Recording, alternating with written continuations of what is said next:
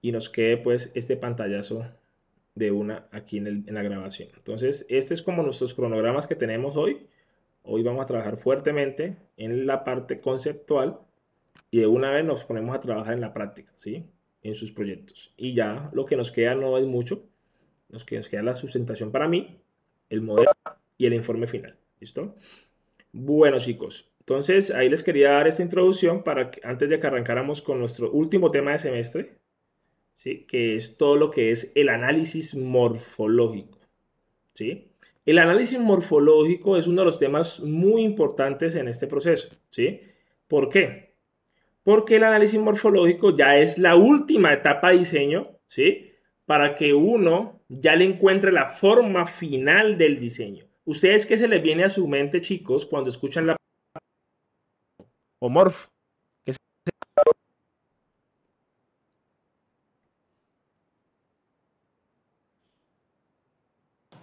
cómo interactúa, cómo es su funcionamiento, ¿no? Sí, tiene que ver mucho con el funcionamiento de las negras, transparente, pero lo que dice Santiago Zamboní es muy cierto. Ya es agarrar los medios, los materiales que ya ustedes tienen identificados, qué forma va a tener, cuál es la forma más adecuada, ¿sí?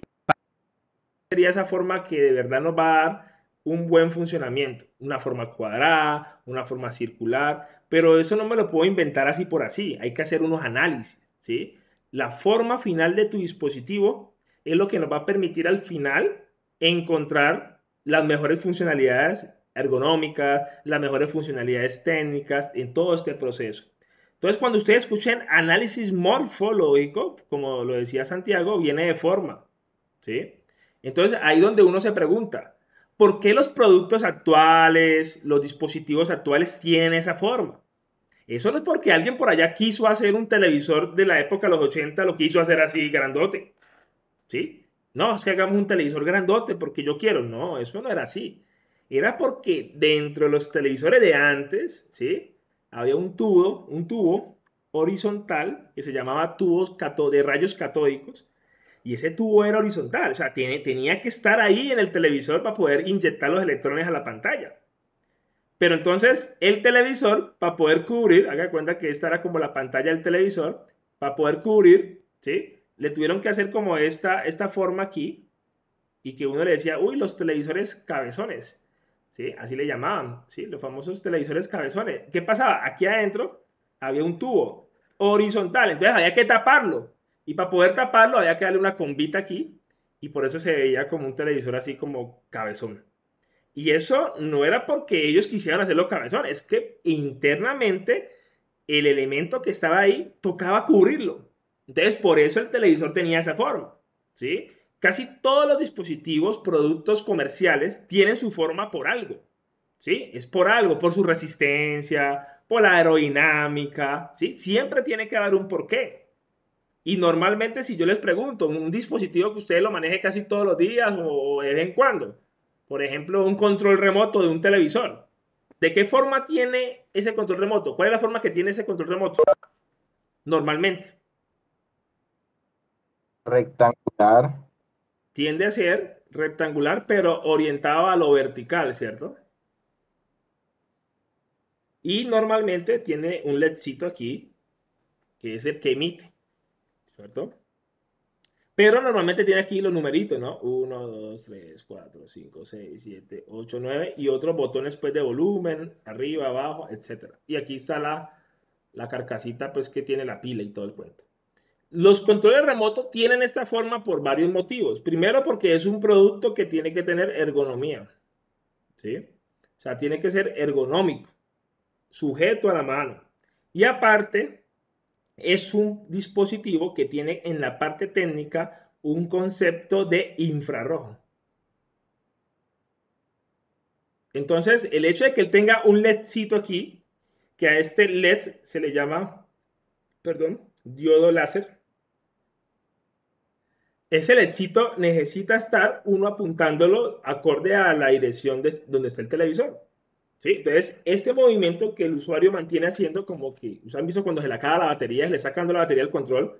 Como que uno le pega eso así, agarra, ¿sí? Es precisamente porque pierde potencia. Entonces la única forma de encontrarle ese receptor del televisor es haciendo estos movimientos. Entonces por eso, lo que decía el compañero, se hizo de manera rectangular, sus circuitos también tenían su forma rectangular, vertical y obviamente ergonómico. Entonces miren que todas las cosas que uno se analiza, uno dice, mira, tan chistoso, ¿sí? Todo tiene un porqué. ¿Sí? Casi todos los productos tienen un porqué, por agarre, por durabilidad, por ergonomía, ¿sí? Entonces, eso es porque todas las empresas de diseño de verdad hacen algo que se llama análisis morfológico, ¿sí?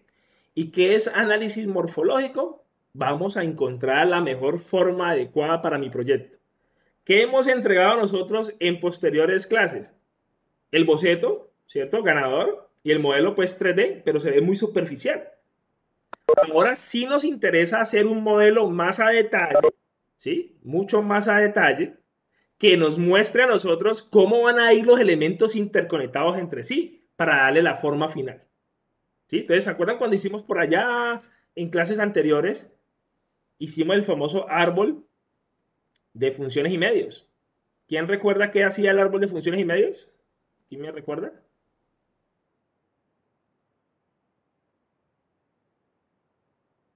¿Qué hacía el árbol de funciones y medios?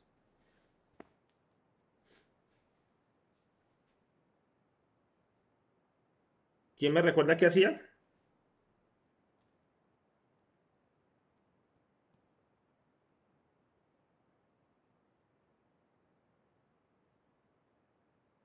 Ponía las diferentes funciones que iba a ejercer el dispositivo y diferentes formas para desarrollar esa función. Eso es, Juan Sebastián, perfecto. Eso es tener todas las funciones de mi caja transparente, ¿cierto? Y por cada función sacar al menos mínimo, ¿cuántas formas? ¿Qué les decía yo?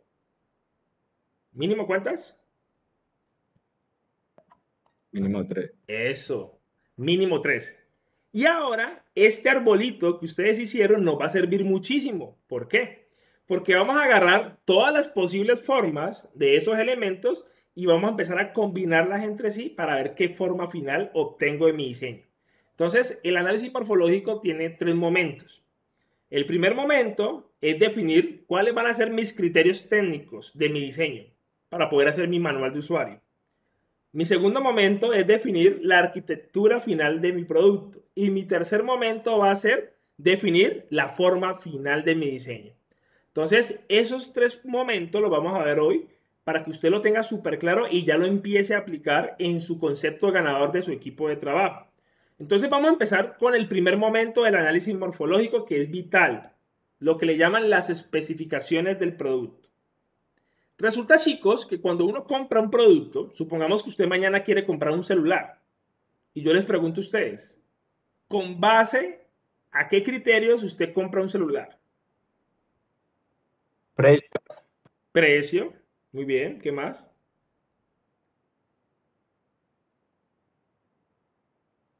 ¿Qué más? Y usted va a un centro comercial y ve muchos celulares, pero usted se fija en qué. La memoria, Exacto, el En almacenamiento, la las cámara, las las capacidades, capacidades que tenga, exacto. profe.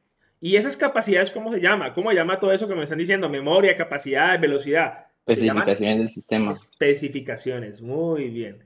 Todo producto que se respete de ingeniería debe tener especificaciones del producto.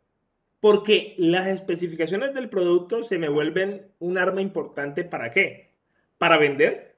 Y segundo, para cumplirle al usuario, ¿sí? Mi aspecto diferenciador de mi diseño, para que vea que lo mío sí funciona y para ponerle límites puntuales a mis objetivos. Normalmente ustedes por allá sacaron unos objetivos, ¿sí? Los que usaron, por ejemplo, en los criterios del AHP. Y ustedes por allá dijeron, que portable, que económico, que fácil uso, que interactivo. Pues resulta que eso nos sirvió mucho para seleccionar nuestra idea ganadora. Pero ahorita, ¿cómo agarro esos criterios y los convierto en algo ya cuantificable? Entonces, si por allá tú me dijiste que ya quieres que sea portable, ahora sí me importa que usted me diga cuánto va a ser portable. Si tú por allá me dijiste que tu diseño iba a ser duradero, ahora sí me interesa en las especificaciones del producto cuánto es duradero. Si tú por allá me dijiste que tu diseño iba a ser económico, ahora sí me interesa cuánto es económico. Entonces, ¿qué quiere decir? Que las especificaciones técnicas de un producto dependen de cierta manera de sus criterios que usted utilizó en las etapas anteriores.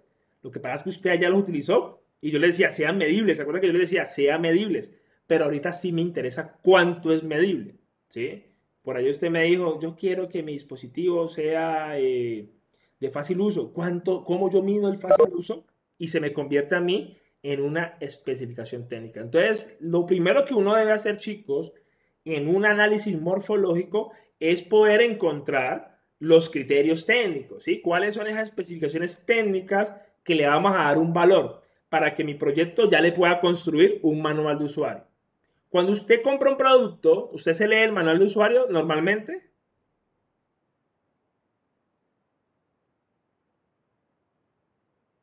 Sí, profe. Claro, profe. Claro, está A bien. veces, Exacto. Mucha gente dice sí. Hay otros que dicen no, a veces. O hay gente que dice no, yo no me lo leo porque yo ya sé cómo funciona. ¿Cierto? Depende del producto, como dice Juan. ¿Sí? Yo creo que tú compras un celular y ya por intuición de un celular lo enciendes, lo configuras. ¿Sí? Y muchas veces no lees el manual. ¿Cierto? Pero hay cosas que uno dice, uy, sí necesito leer el manual. ¿Y en el manual qué hay? ¿Qué uno se encuentra normalmente en un manual de un equipo? Normalmente, ¿qué se encuentra uno ahí? Información de cómo usarlo o cómo Ajá, armarlo, cómo... exacto, José. Cómo usarlo, cómo armarlo, y aparte de eso, instrucciones de uso, y aparte de eso, la seguridad. ¿Sí? La seguridad es importante, porque es que usted como diseñador sabe sus límites. Si yo diseño algo que se alimenta con 5 voltios, ¿cómo lo voy a dejar así abierto para que no falte el que venga y le alimente con 120 voltios? ¿Sí? Entonces, los manuales de usuario también sirven para poner esos límites, ¿sí? De los productos. Mira, yo voy a utilizar este equipo, pero ojo, no lo puedes someter a tantas temperaturas porque esto se daña. Y gracias a eso, chicos, de las especificaciones del producto, es que hoy en día las empresas se curan en salud. ¿Sí? Gracias a eso es que las empresas dicen, es que miren que ahí dice, usted no puede someter ese dispositivo a unas altas humedades, por ejemplo. O miren que ahí dice que usted no puede conectar esto cercano a tal cosa. Entonces las empresas por eso también hacen el manual de usuario, no solamente para que aprendan a usar su equipo, sino para que ellos legalmente se protejan. Y uno como diseñador también se tiene que proteger. Tú te imaginas que alguien te diga, no, es que en ningún lado decía que no lo podía alimentar a 120. Se te pueden pegar por ahí. ¿Sí? Supongamos que tú vas a hacer un dispositivo y tú sabes que se alimenta a 5 voltios, pero no falta, ¿sí? El que lo compre a futuro y lo alimente a otra cosa. Pero porque tú no lo colocaste en ningún lado, no lo colocaste como un warning, como algo que es peligroso. Entonces, ¿qué pasa? ¿El problema para quién es? Para usted. Porque legalmente puede ganar la otra persona. No, es que aquí él nunca nos dijo que eso se alimentaba con 5, sino no dijo cuánto. Entonces, eso es delicadísimo, chicos. O sea, el tema del manual de usuario es un tema que hay que tener mucho cuidado porque hay que hacerlo bien, ¿sí? Cómo funciona y cuáles son los límites. Y eso es lo primero que uno tiene que hacer al momento de encontrar la forma final a su diseño.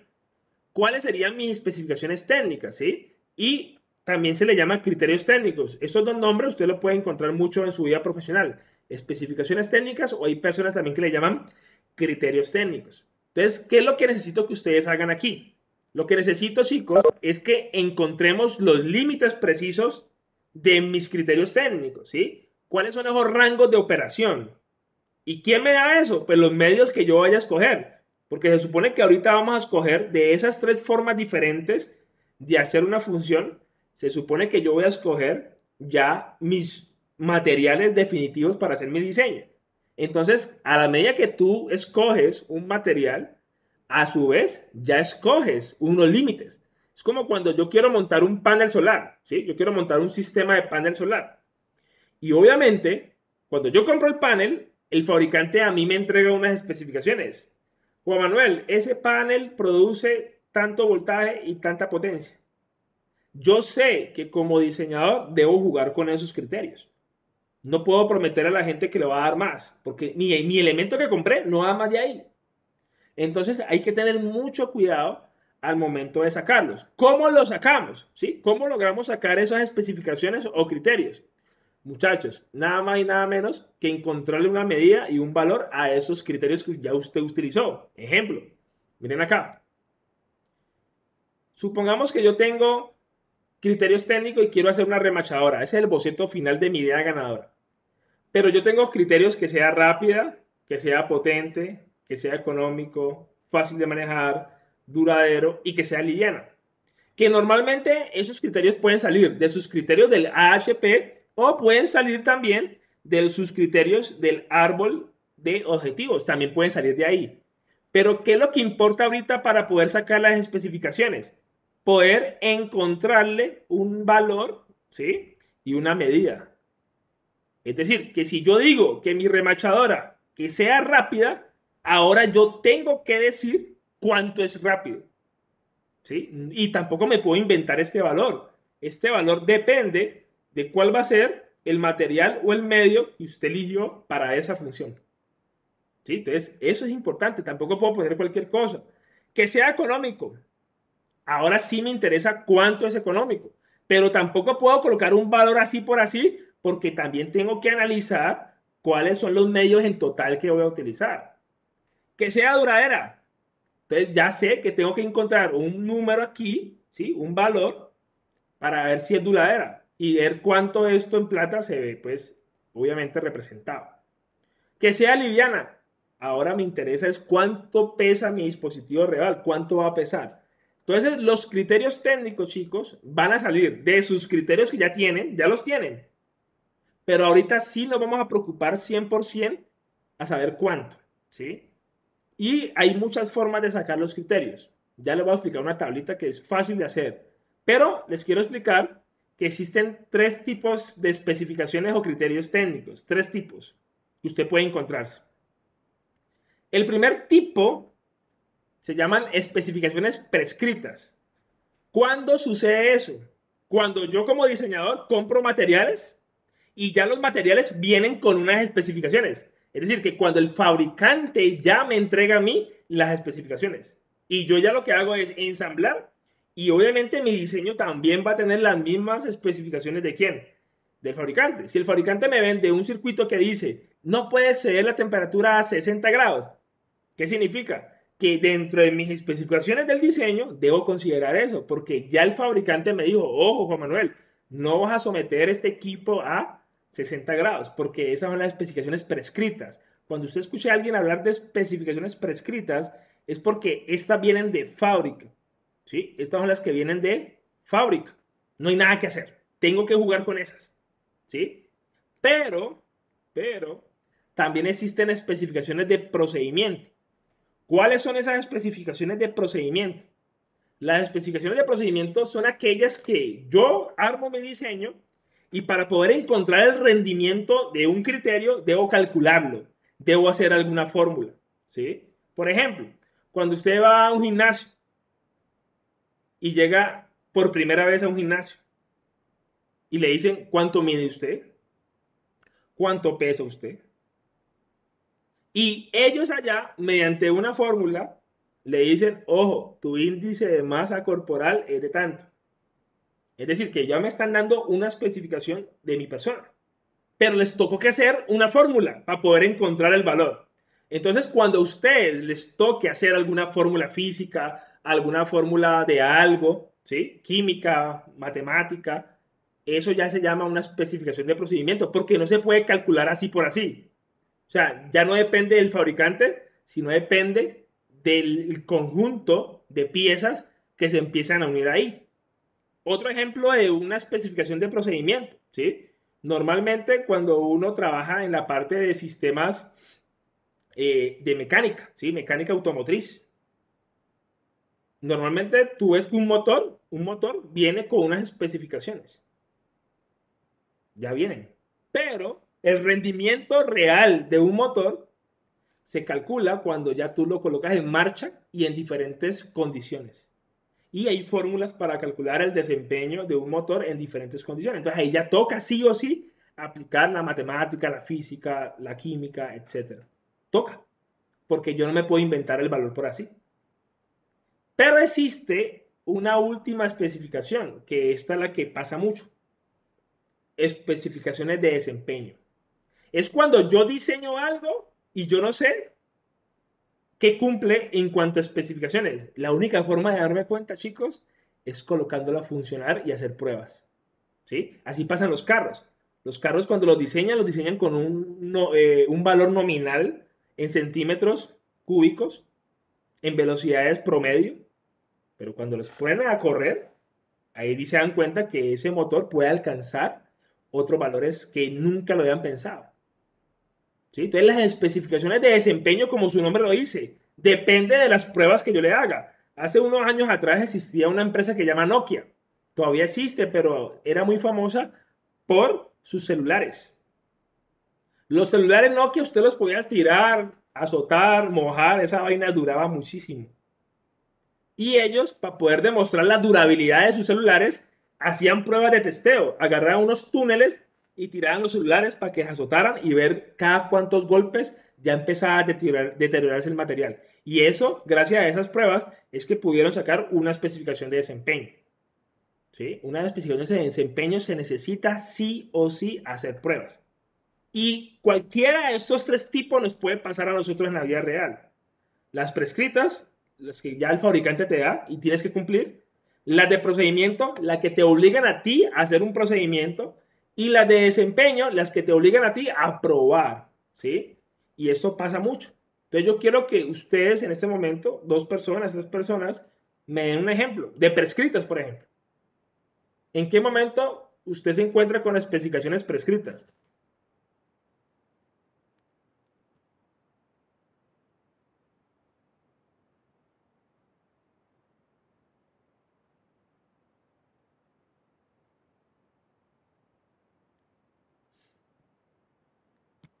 ¿Cuándo, chicos?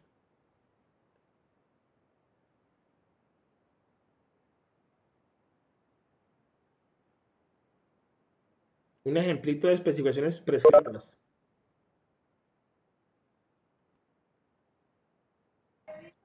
No podría ser con el material del dispositivo, profe. Exacto, un ejemplo así de la cotidianidad, de la vida real. Cuando usted va a una ferretería y compra algo, por ejemplo, compra un ladrillo, ¿qué le dice el fabricante? El que le dice, pues, el que vende el ladrillo. Que las medidas son ¿Qué de tanto tipo? por tanto. El tipo y le entrega, ¿qué? Las medidas, ¿cierto? Ya. ¿Y usted qué va a construir? ¿Qué tiene que hacer? ¿Jugar con qué? Con esas medidas. Con las medidas. Tengo que jugar con eso. No puedo hacer nada más, no me puedo inventar algo porque eso ya viene de fábrica. ¿Sí? No puedo hacer nada. ¿Qué más? Otro ejemplo. De prescritas.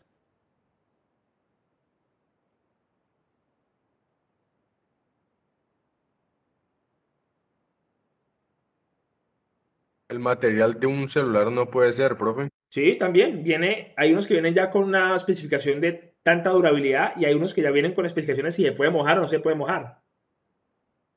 También. Otro ejemplo ya para cambiar al de los procedimientos.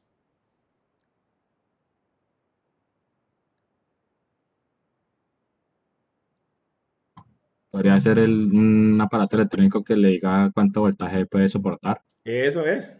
Un ejemplo, un Arduino. O por ejemplo, esta tarjetita que yo mantengo usando, esta tarjeta electrónica que está aquí. El fabricante me dice a mí, Juan Manuel, esta tarjeta electrónica solamente te permite alimentar hasta 3,3 voltios.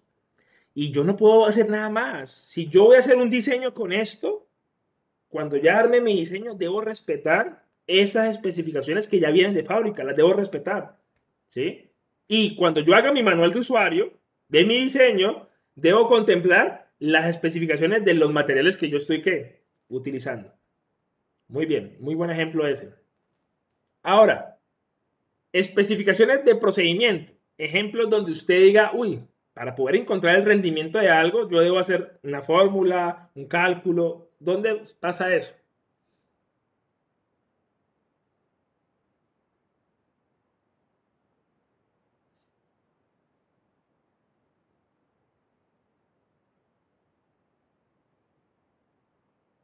Que ustedes digan, uy, aquí hay que hacer un cálculo sí o sí.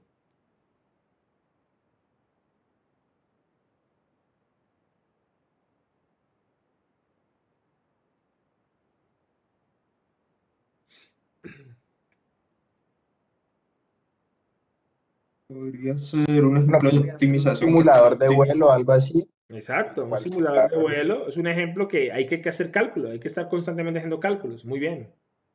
Porque los motores te dan unas condiciones en el simulador y tú tienes que calcular también el tema de vientos, cómo influye el tema de altitud, ¿sí? Todo eso tienes que calcularlo ahí en línea o los sistemas ya lo calculan, pero hay que hacer un procedimiento. ¿Otro ejemplo que iba a decir el otro compañero? pues, no sé si podría ser de optimización, qué tan óptimo es el dispositivo. Exacto, ¿cómo lo un Por ejemplo? ejemplo, el de Dan una un ejemplo de bombilla un contexto, Jesús. con las bombillas antiguas que eran halógenas que se calentaban mucho Ujú. y el funcionamiento o la optimización que tenía era muy mínimo. Exacto. Muy bien, está bien. Cuando usted va a hacer una gelatina en su casa, ¿qué dice en la caja? Normalmente, los que leen la cajita de la gelatina, o los que han hecho gelatina, no sé. Eché Tantos tantas litros de agua. Tantas cantidades, tiene que ser tanto de agua, que caliente un poquito el agua, y ahí sí empieza a revolver, y luego una tacita de agua fría como para que, sí, haya un choque térmico. Eso es un procedimiento, por ejemplo. ¿Sí? Hay unas medidas puntuales para que tu producto quede bueno. Si yo no sigo esas recomendaciones, posiblemente no me queda tal cual como ellos quieren que le quede al usuario. Me queda más aguado, ¿sí? O de pronto se me corta un poco la gelatina. Es normal, eso se ve mucho. Y puede que el fabricante me diga gelatina, tal cosa, pero el procedimiento es el que me define a mí la calidad. Por eso es que hay gente que tiene sazón y hay gente que no tiene sazón. Así de sencillo. Hay gente que es súper estricto con la cantidad de sal, que la cantidad de no sé qué, porque para poder encontrarse un plato bacano, chévere, rico, necesitan seguir un procedimiento, ¿sí? Un paso a paso o una fórmula o calcular algo, ¿sí? Por eso usted ha visto la gente que trabaja profesionalmente con el tema de la cocina, mantienen con su pesita, ¿sí? Para estar midiendo la cantidad de harina, la cantidad de tal cosa, hacen cálculos, tiempos. Eso es un procedimiento, ¿sí? Y eso es un, yo creo que todos nosotros, o ustedes que se han logrado meter en algún momento en la cocina, se dan cuenta que ahí está la clave de la cocina. No es que sea difícil, es que para que te quede rico y cumpla Bueno, con el yo tengo una estándar, pregunta. te toca. Dime. Esto también aplicar en los servicios, más Ujú. allá de En ser los, un producto, en también los de servicios los también servicios que... aplica. Exacto. En los servicios te aplica. Por eso es que tú ves que en las aplicaciones móviles, ¿qué es lo que analizan? La cantidad de memoria que consume un aplicativo. ¿Cómo la calculan? Cuando hacen pruebas, analizan cuánto procesamiento está gastando y cuánta memoria está gastando. ¿Y cómo lo hacen? Con fórmulas. ¿Sí? Entonces, eso es importante. También sirve para servicios, no solamente para productos. Muy buena pregunta, Juan Camilo. Y denme ejemplos de desempeño. Que usted diga, uy, para poder encontrar algo hay que hacer pruebas de desempeño. ¿Cómo así? Pruebas así de testeo, de validación. Ejemplos de eso.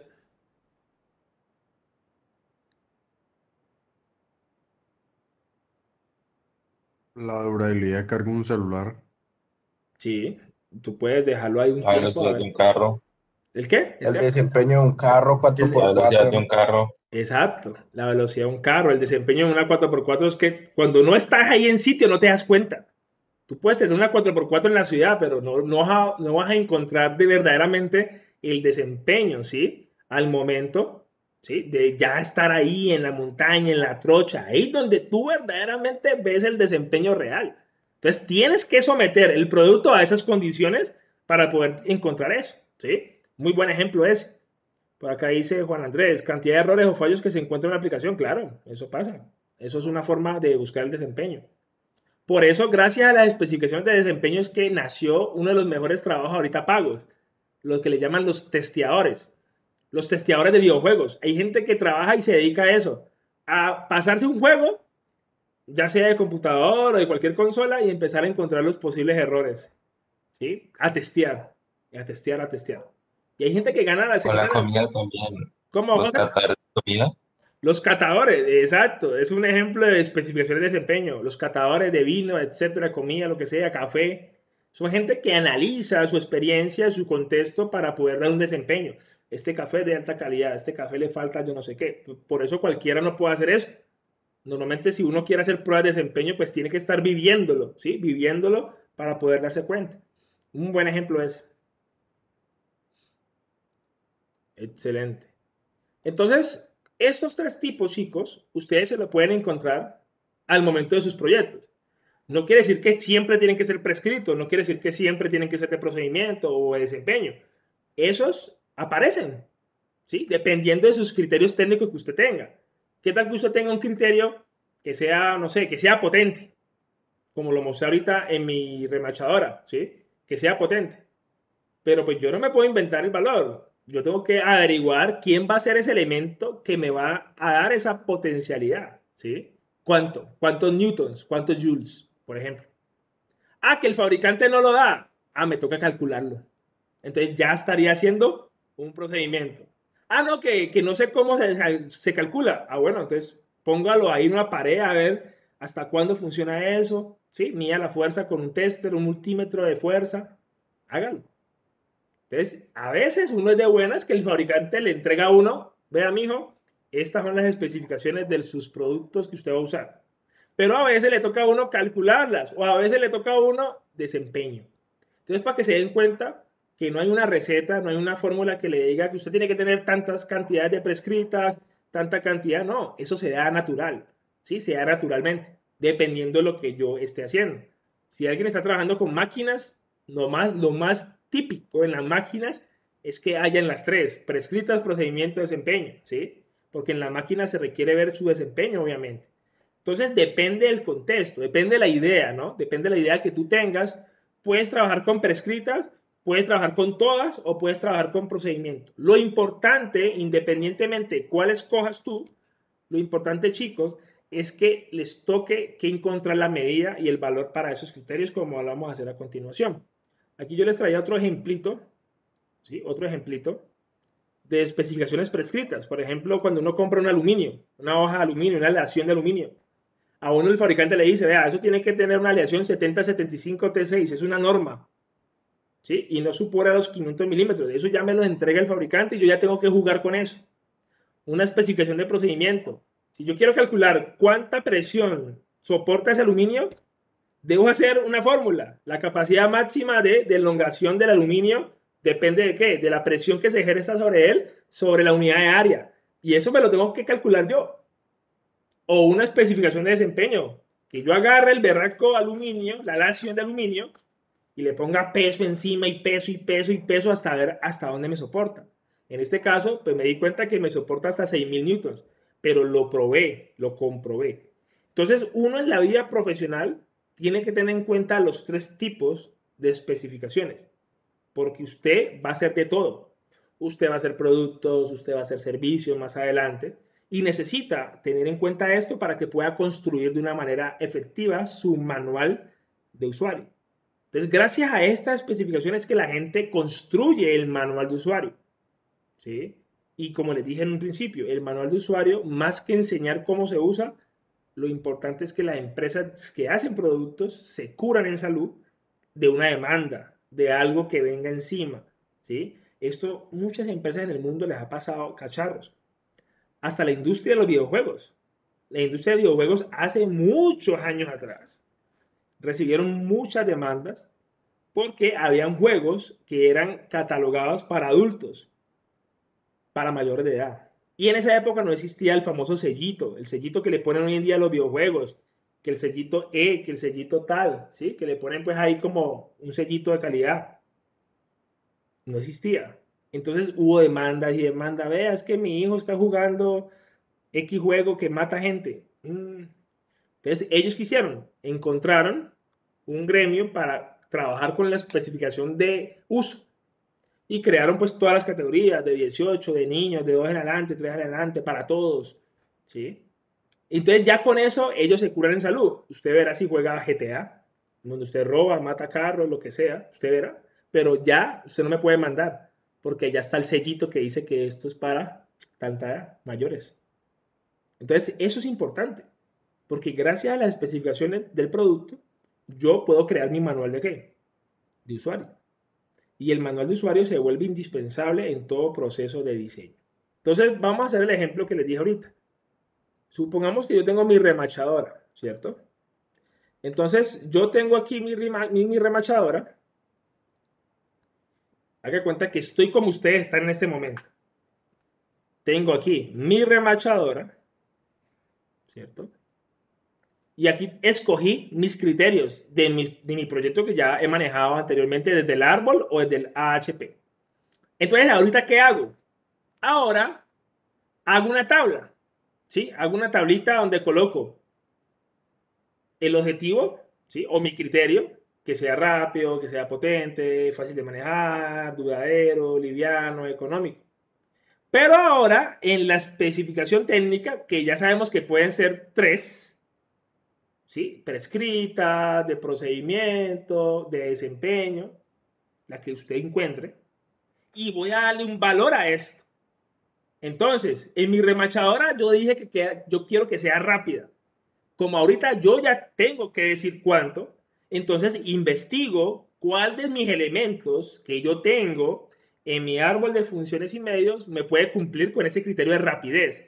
Entonces, supongamos que por ahí encontré que un aparatico me logra tener una velocidad pico de clavado por segundo. Es decir, que por segundo hay un clavadito. Me gusta. Que la velocidad promedio de clavado, ¿sí? Puede ser de 12 clavos por minuto. Interesante. 12 clavos por minuto es muy bueno para lo que yo quiero hacer. Y que cuando yo disparo, como tal la remachadora, me demoro más o menos 0,25 segundos en que él haga la acción. Es bueno, es rápido. Entonces, esos valores no me los acabo de inventar yo. Esos valores es porque investigué mis dispositivos que van a hacer esa labor, ¿sí? ¿Cuánto me pueden entregar? Si eso me lo da el fabricante, perfecto. Si me toca calcularlo, me toca calcularlo. Si me toca que pase una prueba de desempeño, me toca hacer una prueba de desempeño. Pero lo importante, chicos, es que usted a ese objetivo le ponga un valor ya. Pero ojo, no cometamos el error de mucha gente, que colocan un valor así, cualquier cosa, y ustedes saben que es delicado poner cualquier cosa ahí, por el tema legal a futuro, y además porque estás vendiendo algo que no va a cumplir. Es como yo decir que voy a hacer 60 clavos por minuto.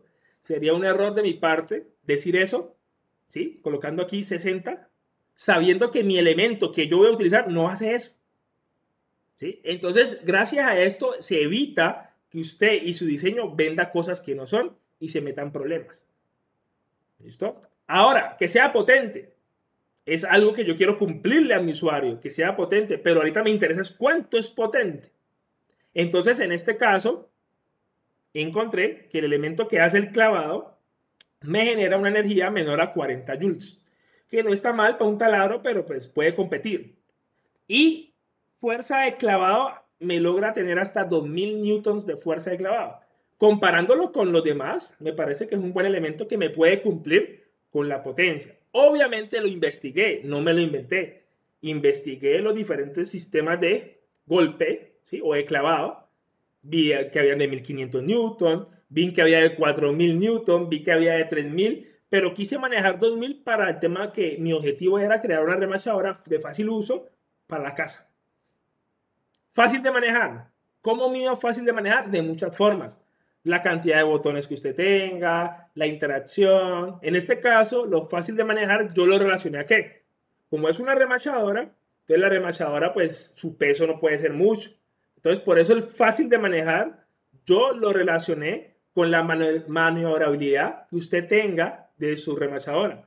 Entonces, por eso dice que la masa de la herramienta total me pesa menos de 4 kilogramos para poder cumplir con mi objetivo, que es fácil de qué, de manejar. Que sea duradero. ¿Cómo me doy cuenta y cómo mido eso? Bueno, el fabricante me entrega a mí, de mis elementos de mi remachadora, más o menos cuánto es el tiempo de uso individual de cada equipo. Mira, esto tenés que cambiarlo cada año, esto tenés que cambiarlo cada 5 meses, esto tenés que cambiarlo cada 2 años. Y lo que uno hace es sumar, ¿sí?, los tiempos de vida de los elementos que tiene tu diseño y hacer un total. En este caso me di cuenta que los elementos que yo voy a utilizar tienen un tiempo de vida mayor a 5 años, es decir, que está perfecto. ¿Sí? Pero eso no me lo inventé, lo tuve que investigar. Que sea liviano, pues precisamente liviano se me convierte a mí en un objetivo importante porque es algo que yo voy a estar así en una pared. Entonces, imagínense que eso fuese pesado, se vuelve incómodo, no es fácil uso. Entonces, lo liviano también lo asocié al tema de las herramientas, ¿sí? Y económica, como yo ya sé cuáles van a ser la cantidad de materiales que yo voy a utilizar, entonces tú puedes sacar un valor promedio de lo que te cuesta producir un dispositivo o lo que uno a veces hace, ¿no? Jugar en un rango. Quiero manejar de 75.000 y quiero manejar a 123.000, porque más o menos en este rango es que se me van a ir los materiales, ¿sí? Y eso es importante, chicos, que usted lo tenga súper claro. Las especificaciones y su objetivo. Ojo, esos valores no se los vayan a inventar. Busque dentro de su árbol de funciones y medios, todos esos medios que usted tiene ahí, quién le puede cumplir a usted de verdad, de buena forma, con ese objetivo.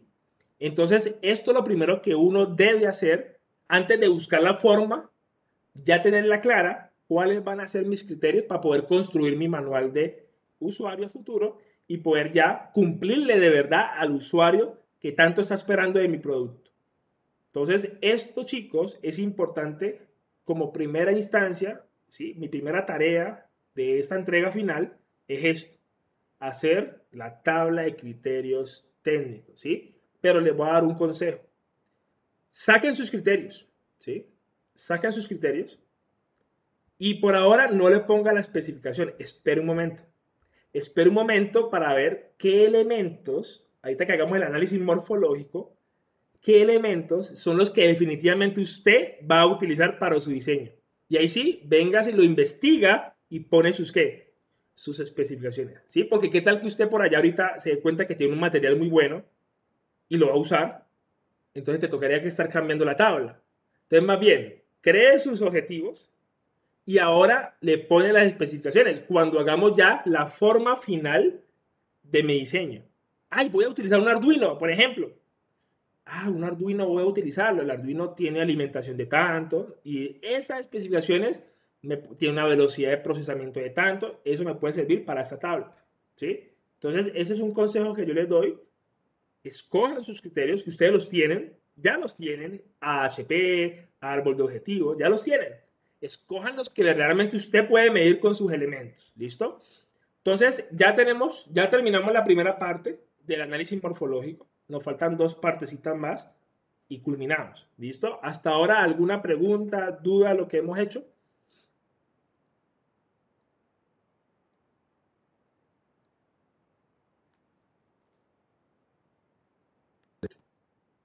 Pero en la parte, digamos, el objetivo es duradero. Yo tengo varios elementos y todos tienen una durabilidad diferente. ¿Coloco la durabilidad de cada uno o hago un Sí, estimado? ahí hace un estimado, ¿sí? Y en el manual de usuario, si tú tienes un elemento que es de desgaste, que de pronto es algo que se va a desgastar mucho, entonces Ujú. en tu manual de usuario tú recomiendas, por favor, hacerle mantenimiento o cambio a este elemento. ¿Sí me hago entender? Una excepción, Listo. ¿sí? Y hay cosas que son de consumo, ¿sí? Si tú miras, por ejemplo, una broca de un taladro, el fabricante te da una cajita de brocas, pero eso ya depende de qué, del uso que tú le des al taladro. Entonces, a cada rato recomiendan cambien, limpien o cambien el rotor, límpielo. Son recomendaciones importantes cuando tú sabes que tú tienes elementos dentro de tu diseño que la durabilidad es muy variable, ¿no? Que depende del uso. Y gracias a la durabilidad, lo que tú dices es que sacan la garantía de qué? Del producto. Muy bien. ¿Alguna otra pregunta de esta primera parte?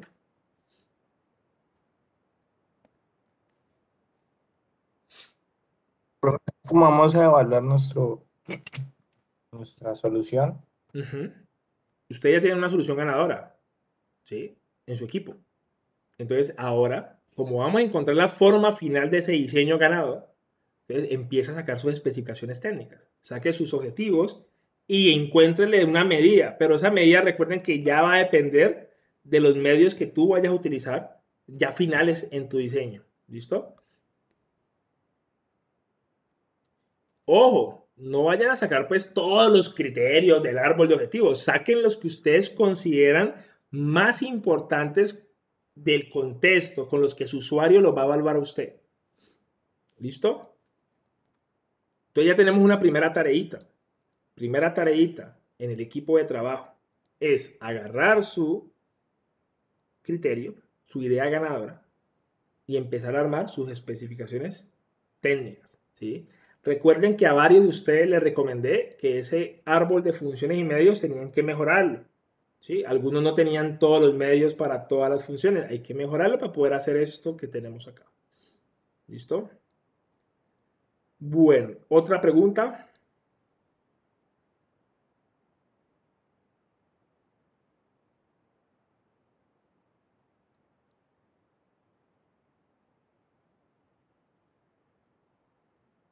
¿Todo bien hasta ahora? Profe, ¿en qué orden evaluamos las especificaciones? ¿En qué orden se deben evaluar las especificaciones? Exacto, muy buena pregunta. El orden, no hay un orden como tal, depende de lo que tú quieras mostrarle al usuario más importante. Es decir, si el usuario está esperando de ti que tu dispositivo sea tal, es porque te lo manifestó. Es porque en la entrevista, en la empatía, tú como que vistes que esa persona me va a evaluar así. Como yo le decía a clases anteriores, póngase un ratito en los zapatos del usuario y analice cómo me va a evaluar mi diseño. ¿Sí? Entonces no hay un orden como tal. O sea, económico, miren que está en lo último. O sea, el hecho que haya un orden aquí no quiere decir que sea en prioridad. ¿Sí? Lo importante es que los que estén ahí es porque son muy importantes para tu usuario. ¿Listo? Camilo. Sí, profe, ya. Y obviamente ustedes tienen sus criterios, ustedes tienen su árbol, pero yo sé que ese árbol de objetivos tal vez todos no le van a servir. Van a escoger, o sea, tampoco hay una norma que diga, tiene que tener 10, no, tampoco hay una norma para eso. Pero entre más criterios usted tenga, para usted es más complicado porque tiene que cumplirlos. ¿Sí? Si yo digo ahí que la fuerza de clavado es hasta 2000 newton, es porque así es. ¿Sí? Entonces yo tampoco me puedo comprometer a cumplir algo que yo sé que no lo voy a hacer. ¿Sí? Entonces es muy importante tener cuidado en esa selección de esos objetivos. ¿Listo? Muy bien. ¿Alguna otra pregunta para continuar con la fase 2 del análisis morfológico?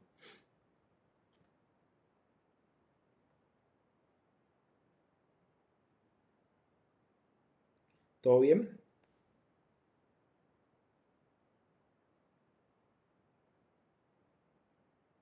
Por mi parte, sí.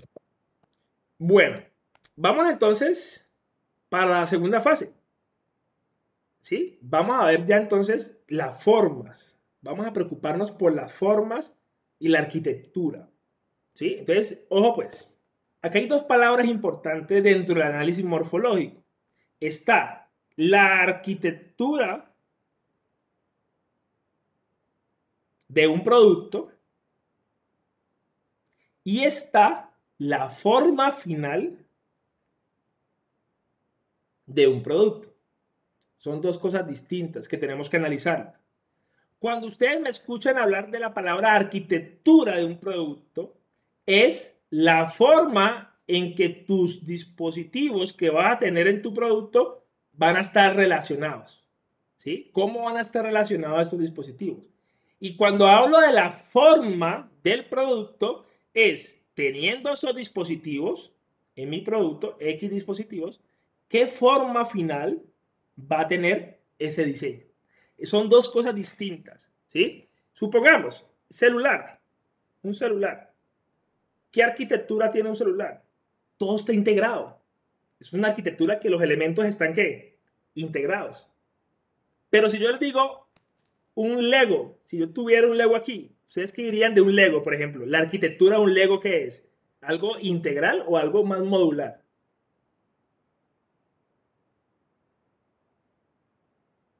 Si tuviera como un jueguito de Lego.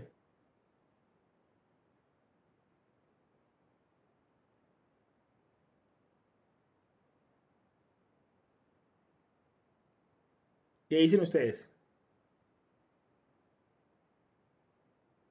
Es algo Modular, modular, profe. lo que se Lego es une. modular, porque si yo quiero armar una figura de Lego, debo coger bloquecitos y empezar a ¿qué? Armar. Entonces, esas son como las dos arquitecturas típicas que existen hoy en día. A pesar de que hoy en día también existen arquitecturas de un producto híbridas, que son una parte integral y otra parte que son más que más modular.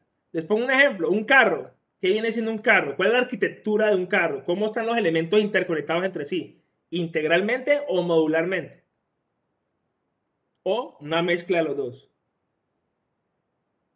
Ambas. Ambas, sí, es verdad, ambas. Pero, a pesar de que tiene de ambas, tiene más de una que la otra. ¿Cuál?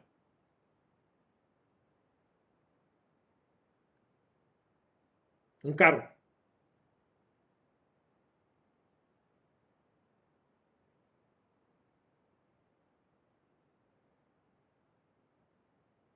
Tiene ambas, pero cuál predomina más? ¿Cuál arquitectura predomina más en un producto? ¿Lo modular o lo integral en un carro? Lo integral, ¿no? ¿Por qué? Pues porque el carro ya viene prácticamente asamblado todo. Integra todas las funciones para que ande, ¿no? Sí, claro, las integra, pero sus elementos del carro, todos están ahí amarrados entre sí o yo las puedo extraer fácilmente. Pues se pueden extraer, pero algunas partes, no todas. Entonces, ¿Está? digamos las llantas, Exacto, eh, exacto. Entonces, motor, así. eso, muy bien. Entonces, ¿a qué voy con este ejemplo del carro? Que el carro es de los dos, pero tiene muchas partes que pueden ser, ¿qué? Modulares. Ah, que me pinché, cambié la llanta, que se dañó la culata, cambié tal cosa, se me dañó tal cosa, cambié tal cosa. Lo integral va muy ligado también a la parte de computadora, ¿no? La computadora que tienen los carros hoy en día, eso sí es totalmente integral. O sea, todos los elementos para que funcione la computadora están ahí que conectados entre sí.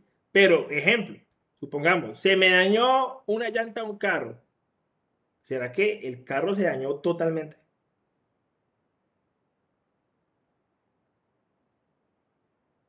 Si se me dañó una llanta. ¿Pierdo el No, carro, su funcionalidad total?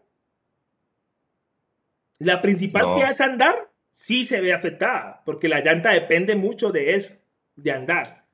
Pero ¿será que uno dice, uy, no, me dañó una llanta, no, el carro ya no me sirve? ¿Será que uno hace eso? No. Porque lo modular, precisamente las arquitecturas modulares lo que buscan es que haya un reemplazo siempre. Y las arquitecturas que son integrales buscan es minimizar elementos que hacen muchas que funcionen. Entonces, cuando uno habla de arquitectura de un producto, hay que pensar en esas dos cositas. ¿Será que lo que yo voy a hacer como diseño, sus componentes van a ser modulares o van a ser integrales o va a ser un híbrido entre las dos? Y ya cuando uno define la arquitectura del producto, ahorita vamos a hacer un ejemplo de eso, ahí sí ya me puedo pasar a la forma porque ya sé cómo van a estar mis elementos conectados entre sí. Ahora vamos a darle la forma a su carcasa final de qué va a quedar. ¿Sí? Y son dos momentos diferentes. Entonces, cuando hablamos de arquitectura, chicos, ¿sí? Es prácticamente cómo mis módulos o mis elementos de un producto van a estar interconectados entre sí. Ejemplo, miren este casito. Eso es un trailercito. Y este trailer tiene arquitectura modular. ¿Por qué? ¿Cuándo me doy cuenta que algo es modular? Porque sus elementos físicos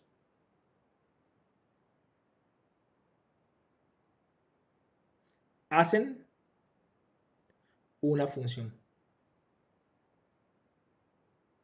¿Sí? Cada elemento físico que tiene este tráiler tiene una función específica.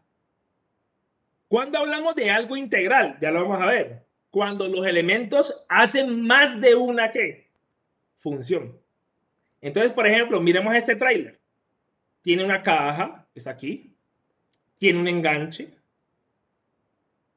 tiene un frente aerodinámico, acá, tiene una cama, acá, tiene unos muelles, acá, y tiene unas ruedas, acá. Pero cada elemento físico que compone mi diseño, ¿sí? Tiene una función. Entonces, ¿qué hace la caja? Protege la carga. ¿Qué hace el enganche? Conecta a otro vehículo. ¿Qué hace el frente aerodinámico? Minimiza la resistencia del aire. ¿Qué hace la cama? Transporta la carga. ¿Qué hace los muelles? Amortiguación. ¿Qué hace las ruedas? Transfieren pues energía a la carretera en forma de movimiento. Cada elemento hace una función. Entonces, ¿qué pasa? Se me dañó una llanta. Entonces, lo modular tiene una ventaja, es que es de fácil ¿qué? Reemplazo. Se me dañó el enganche. Bueno, lo acomodo, compro otro o lo soldo, etc. Entonces, lo modular tiene unas ventajas y lo integral también tiene sus ventajas. ¿Sí? Miren que voy a poner el mismo ejemplo del tráiler, pero de manera integral. El mismo tráiler, pero ya el tráiler no es modular. El tráiler es integral. ¿Por qué?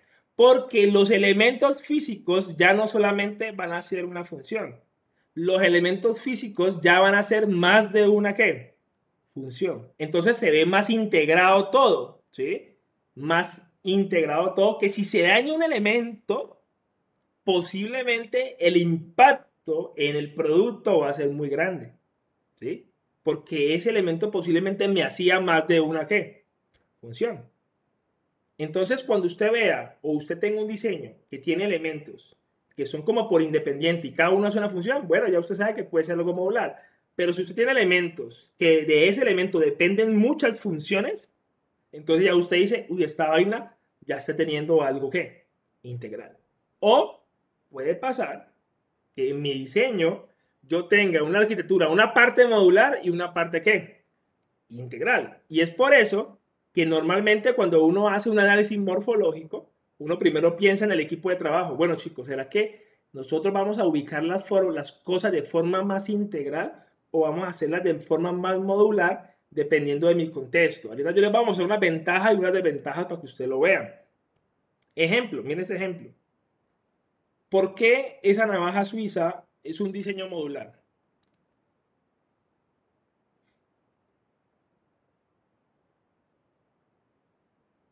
Que es para diferentes usos, ¿no?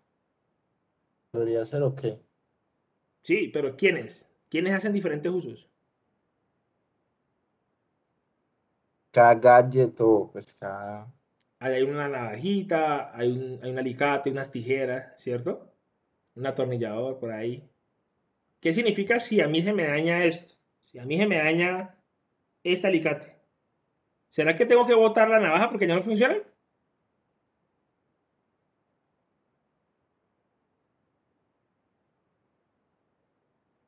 Ok, No, profe, eso se le reemplaza o se le hace se le mantenimiento. hace un mantenimiento, se le reemplaza, pero la navaja no pierde su utilidad. O pues la deja ahí, eso no le estorba al fin y al cabo, Esa, ¿no? la deja ahí, no me estorba. Pero lo bueno de los modulares es eso. Es decir, que cada elementico que está ahí me va a hacer una ¿qué?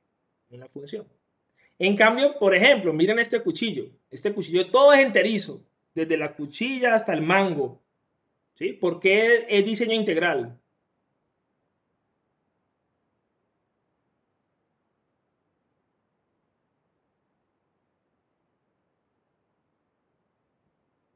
¿Por qué es un diseño integral?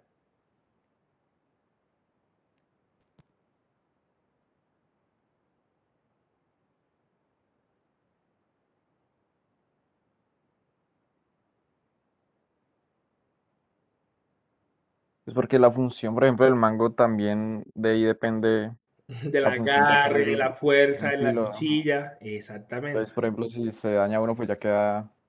Queda prácticamente obsoleto. O sea, lo que pasa Ajá. es que aquí en Colombia somos muy recursivos. Aquí en Colombia a alguien se le daña un mango de estos y ¿qué es lo que hace normalmente? Le ponen un pedacito aquí, yo he visto, le ponen un pedacito de madera, Cinta. cinta, lo que sea, y lo recuperan, ¿no? O sea, aquí somos recursivos para eso. Sí, pero lo que tú dices, o sea, si me daña el mango, fue pucha, uno nota. O sea, uno nota que la funcionalidad se pierde mucho del objetivo de diseño de un cuchillo, ¿no? ¿Sí? Por ejemplo, este. ¿Por qué este atornillador es modular?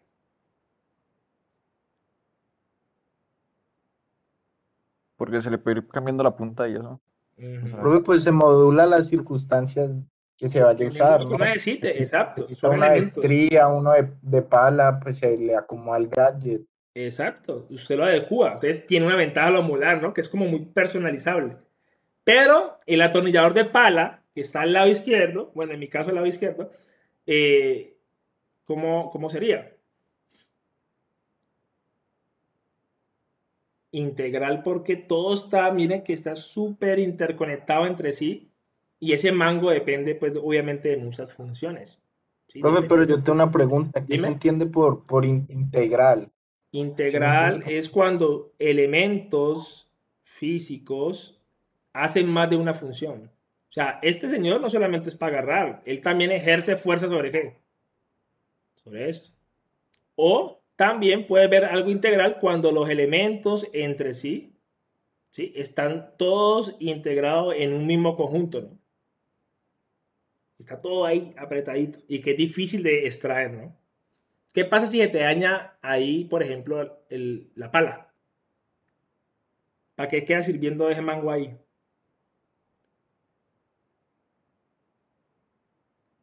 ¿Qué dice Tobar?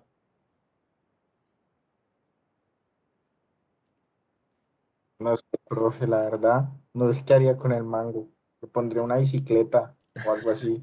Entonces, ¿sí me entiendes? O sea, lo integral es que cuando se daña una vaina, ahí adentro afecta muchas funcionalidades dentro de mi diseño.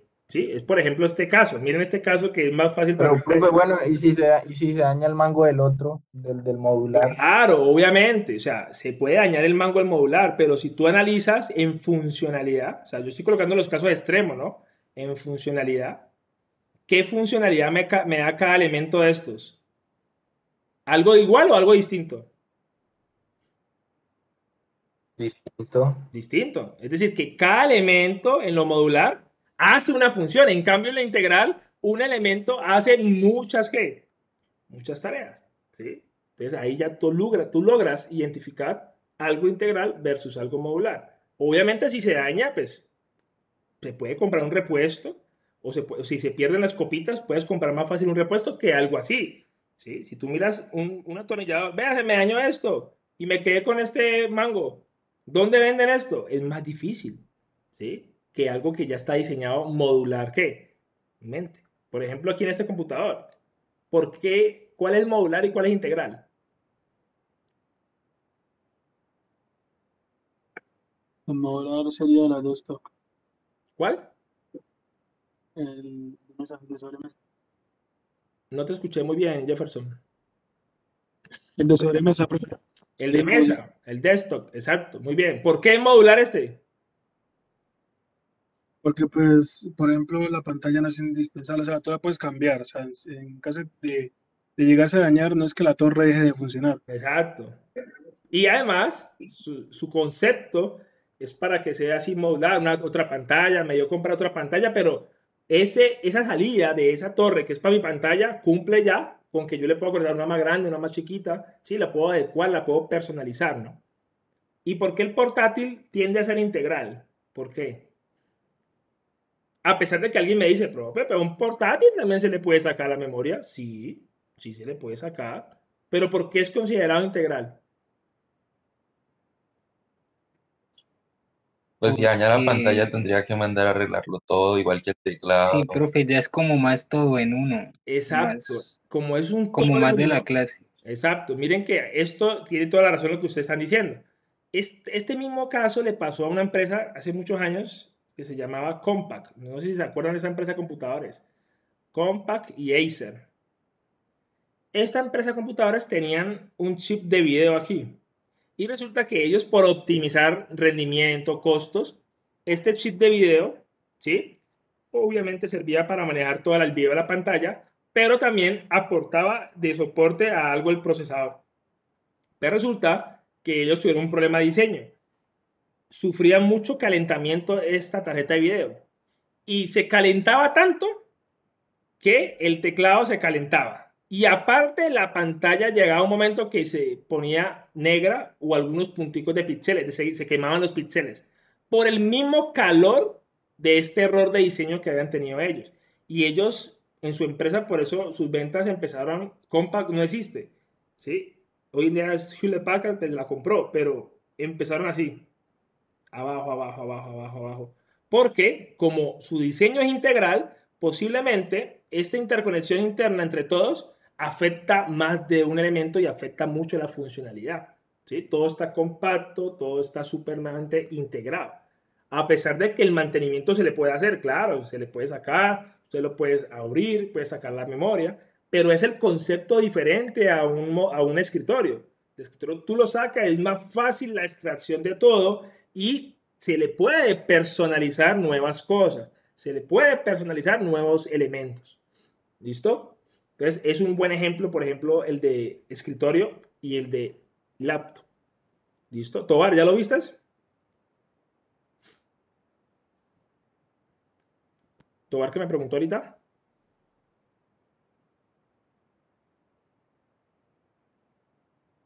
Profe. ¿Ya viste más o menos la diferencia?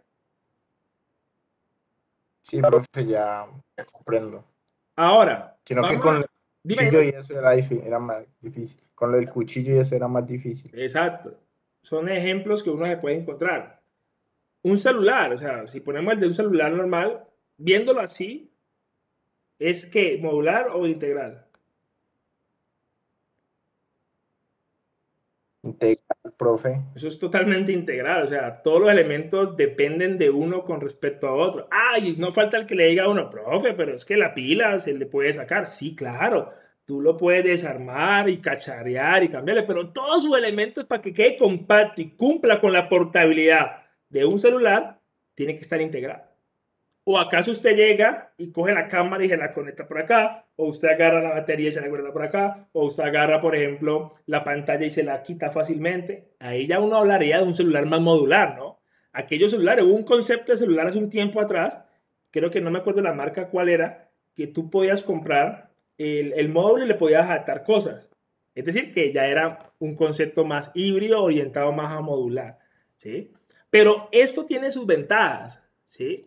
Todos los dos tipos de arquitectura tienen sus ventajas y tienen sus desventajas.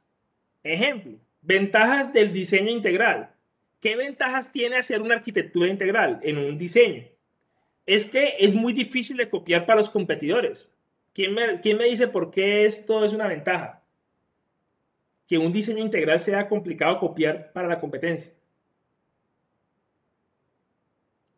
Ser único, ¿no?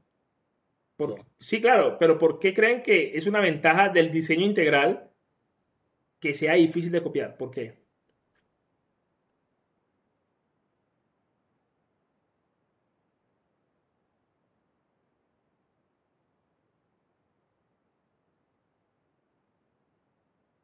¿Por qué creen que un diseño integral no es tan fácil de copiarlo Pues como sería algo la modular? única opción del mercado, ¿no? Claro, y además porque como los elementos que están ahí en la integral son elementos que hacen más de una función, posiblemente ese elemento sea original de la empresa o posiblemente ese elemento sea construido por la empresa, ¿sí? Entonces no se consigue fácilmente en el mercado, sino exclusividad. Entonces casi la mayoría de diseños integrales los protegen con patentes, porque yo me inventé el nuevo módulo de las pantallas para celular y me lo creé y lo puedo patentar. Entonces, casi todos los diseños que son integrales, donde un elemento hace muchas funciones, se vuelve patentable. Entonces, es más difícil de qué? De copiar lo integral. También una ventaja a lo integral es que es muy fácil identificar un problema. ¿Por qué? Porque es fácil identificar un problema en una arquitectura integral. ¿Quién me dice?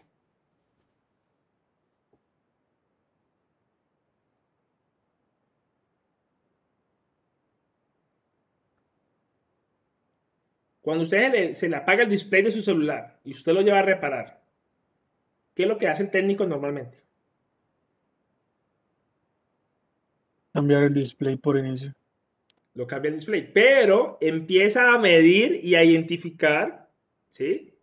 Cuáles son los lugares donde hay señal o voltaje y los lugares que no hay qué voltaje. Entonces, ¿qué ventaja tiene lo integral? Que como todo está unidito entre sí, si hay un elemento que está malo, de ahí para allá todo está malo. Y de aquí para acá posiblemente se rescata algo.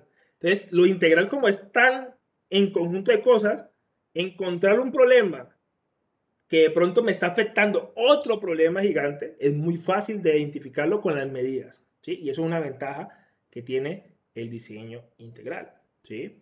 Otra ventaja es que incrementa el desempeño, es decir, no es lo mismo yo tener un aparato de 10 elementos que cada uno hace una función, no es lo mismo que yo tener otro aparato de un elemento que hace las mismas 10 funciones. Posiblemente el desempeño de plata, de costo, en velocidad, el integral puede ser mejor. O tamaño, ¿sí? No es lo mismo tener un equipo de 10 elementos a un equipo de un elemento.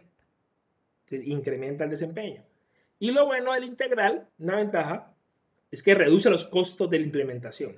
Una persona que trabaja con arquitectura integral merma los costos de producción. ¿Por qué? Porque si antes tenía 10 elementos que hacían 10 funciones, ahora tienes 3 elementos que hacen las mismas 10 funciones. Y entonces eso en plata disminuye muchísimo. Una ventaja, ¿no? Pero lo modular también tiene ventajas, ¿sí? Lo modular, por ejemplo, mejora la reconfigurabilidad. ¿Qué significa eso? Si yo tengo algo modular y le cambio las llantas por unas llantas más grandes, cambió la configuración, ¿sí? De un carro, por ejemplo. Si yo tengo un equipo que es para conectar tal cosa y lo cambio por otra marca, mira, lo repotencialicé. Entonces, lo modular tiende a que usted lo pueda actualizar constantemente. Lo que hacían con los computadores de antes, los de escritorio. Compraban una memoria y luego le pueden colocar otra memoria, otra OAR, ¿sí? Usted lo puede personalizar. Eso es una ventaja de lo modular. Que tu producto puede tener más vigencia en el tiempo que algo integral que puede ya dañarse algo y sea más difícil de conseguir el repuesto.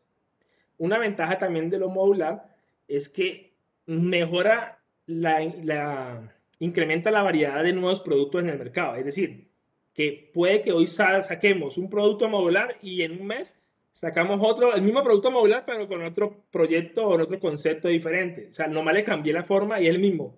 Así es que hacen las empresas de vehículos, ¿no? El mismo motor, cambie carcasa, cambie cositas y saque el nuevo modelo 2021, 2022, 2023.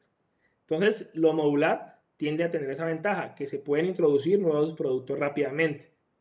Es bueno también lo modular porque mejora el mantenimiento de las cosas, ¿sí? No es lo mismo cuando usted le dice a Juan Manuel, se le dañó la OAR de su celular. Ay, pucha, ¿cuánto vale eso? No, es carita.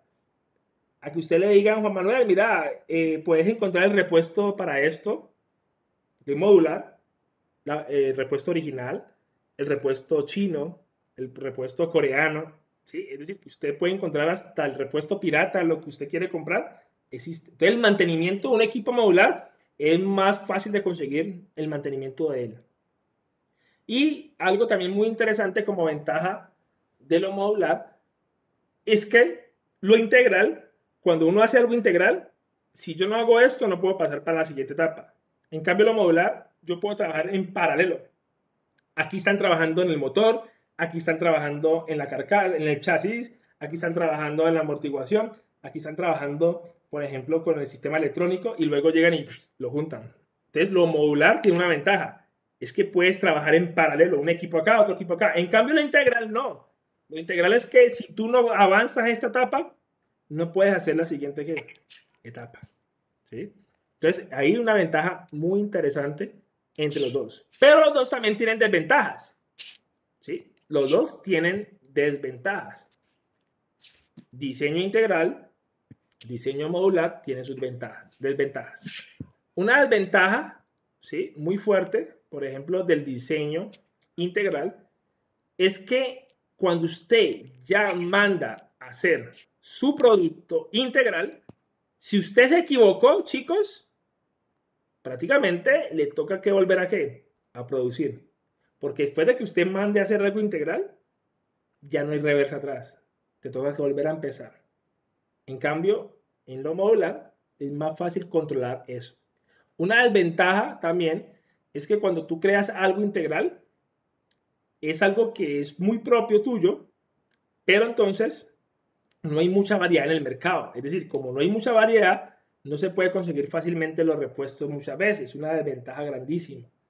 En lo modular también tenemos desventajas.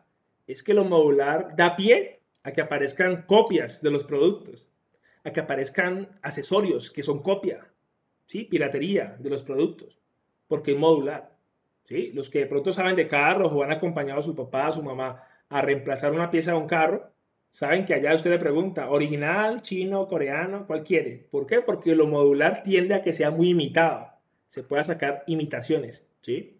Arduino le pasó eso.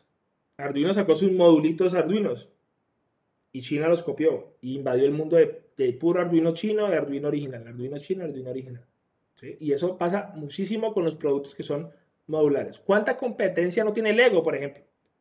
Lego tiene competidores, ¿sí? Muchos competidores. De otras marcas, obviamente, pero mantienen el mismo concepto. Entonces, lo modular es más fácil de copiar.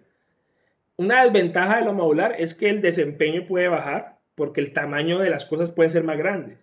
No es lo mismo un computador de escritorio a un computador portátil, no es lo mismo, ¿sí? Entonces el desempeño en portabilidad y en tamaño cambia. Y los diseños modulares pues la verdad pueden ser mucho más costosos que los diseños integrales porque tienen más elementos entre sí, ¿sí? Entonces, hoy en día se usan arquitecturas integrales, arquitecturas modulares y como lo impuso Apple, ¿sí? Apple fue pionero con su iPhone en hibridizar, en tener una parte integrada y otra parte que modular. ¿Por qué traigo a colación esto de Apple? Porque Apple fue la empresa tecnológica que introdujo al mercado el concepto de arquitectura híbrida. Es decir, que para Apple su iPhone es integral, pero ellos manejan un concepto de modularidad también, que es que casi todos sus periféricos, sus accesorios lo venden de manera modular y tienen que ser de la marca de ellos. Entonces, ellos fueron los que impusieron esa moda de mezclar los integrales con lo modular. Y ellos fueron los que se inventaron el tema de los aplicativos, ¿sí? Que si yo compro un aplicativo acá, se me integra con mi celular, entonces son modulitos de software, ¿no? Compro esta tienda, algo tal cosa, y ellos por eso se les cataloga como la empresa que generó esa tercera categoría que le llaman la arquitectura híbrida. ¿Qué pasa si yo tengo algo integral y lo mezclo con temas que modulares para que me genere más ingreso? ¿Sí? Los que son amantes a estas tecnologías saben lo importante que es que ellos te venden tu cargador, tu conector propio, se diseñan sus propios conectores, a pesar de que también los piratean, pero su rendimiento sí se ve afectado. ¿Sí? El tema de los audífonos tiene que ser de la marca tal. Entonces, ellos buscan que su gremio integre su iPhone, que es integral, e integre lo modular, que son los accesorios, que por ahí también hay una platica y una rentabilidad. Entonces, por eso yo les traigo como este ejemplo para que se den cuenta que ya no tenemos hoy en día en el mundo dos categorías de arquitectura, modular o integral, sino que ya tenemos una tercera, que es cuando la gente utiliza el concepto híbrido y es válido, ¿sí? Es permitido hacerlo como tal. Entonces, aquí está nuestra segunda tareita, nuestro segundo compromiso en su equipo de trabajo. Piensa en su equipo de trabajo, si ese diseño ganador que usted tiene en ese momento, ¿qué arquitectura va a tener? ¿Una arquitectura integral, una arquitectura modular o una arquitectura híbrida? ¿Cómo logramos resolver esta pregunta? Siempre y cuando usted analice cómo van a ser los elementos que va a interconectar, o sea, cómo los va a interconectar, todos unidos en un solo lado o se pueden trabajar de independiente para que puedan ser fácilmente cambiados o extraíbles. Todo depende del contexto donde usted esté y todo depende de su usuario también, ¿sí? Entonces, esa preguntita se las dejo a los equipos de trabajo, ¿sí? Ya les di una justificación, ya les dije qué era cada cosa, ya les di unas ventajas, unas desventajas, ahora son ustedes los responsables de analizar para nosotros en nuestro contexto qué sería lo más adecuado, ¿sí? Entonces, por ejemplo, en mi caso que yo trabajo con agricultura en la empresa, yo trabajo netamente con modular, ¿sí? ¿Por qué? Porque yo voy y coloco los dispositivos y le adapto a mis equipos los sensores que el campesino necesite. Sensor de temperatura, sensor de humedad, sensor de luz, sensor de viento, y mi dispositivo empieza a adaptarse a todas las partes dependiendo del gusto del campesino. Entonces, porque mi contexto es así, pero no quiere decir de que todo tiene que ser modular. Hay dispositivos que pueden ser integrales, dependiendo también del contexto, del uso que usted le vaya a dar. ¿Listo? Entonces, ahí ya tenemos nuestra segunda tareita de pensar en el equipo de trabajo. Hace parte también pues, de esa entrega final que ustedes van a hacer como tal. Muy bien. ¿Alguna duda, pregunta a las arquitecturas?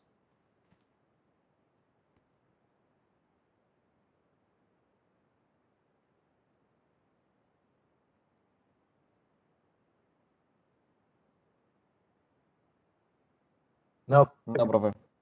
Listo, ahí les dejo esa preguntita. Cada equipo en ese momento vaya teniendo ahí en sus hojitas. Ya tenemos una que es pensar en las especificaciones. Ya tenemos otra que es pensar qué arquitectura voy a hacer. Y nos queda el último tema del semestre, ya para culminar. Es qué forma. ¿Se acuerdan que yo le dije que nos falta la forma? ¿Sí? ¿Qué forma va a tener mi dispositivo? Una cosa es yo saber cómo van a estar mis equipos interconectados, si independientemente, cada uno con una función, o todos van a estar interconectados en un mismo conjunto, haciendo funciones más de una.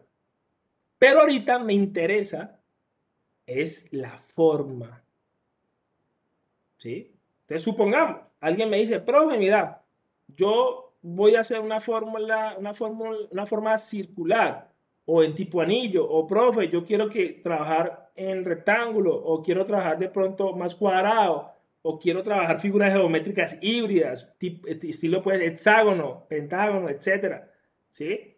Eso depende. ¿De qué va a depender, chicos? Va a depender de la forma de sus elementos, ¿sí? Entonces, como lo expliqué en la primera parte de la clase de hoy, los elementos que yo escoja para mi diseño final son los elementos que me le van a dar la forma final a mi dispositivo. Entonces, ¿qué tienen que hacer ustedes? Primero, de ese árbol de objetivos, perdón, de árbol de funciones y medios que ustedes tienen, árbol de funciones y medios,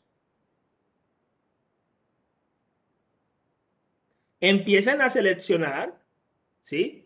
¿Cuáles serían los materiales más óptimos para ustedes en ese momento? Analícenlos, combinen. Ya les enseño a combinar y encuentren la forma. Entonces, como cada uno de ustedes tiene diferentes medios para la función, seleccionen los más adecuados, analícenlos bien, es decir, investiguen cómo funcionan y luego combinemos, ¿sí? Para saber qué puede resultar ahí, ¿sí? Qué dispositivo puede resultar bien interesante, ¿sí? De este proceso. Ahora, ¿cómo se hace eso, chicos? Ya de algo que ya ustedes tienen. La famosa caja, ¿qué? Transparente. Recuerden, chicos, que ustedes tienen su caja, ¿qué? Transparente. ¿Cierto? Y por cada función de su caja transparente, en las entregas pasadas, yo le había dicho a ustedes que sacaran 3 medios por cada, ¿qué? Por cada función. Ahora, ¿qué van a hacer?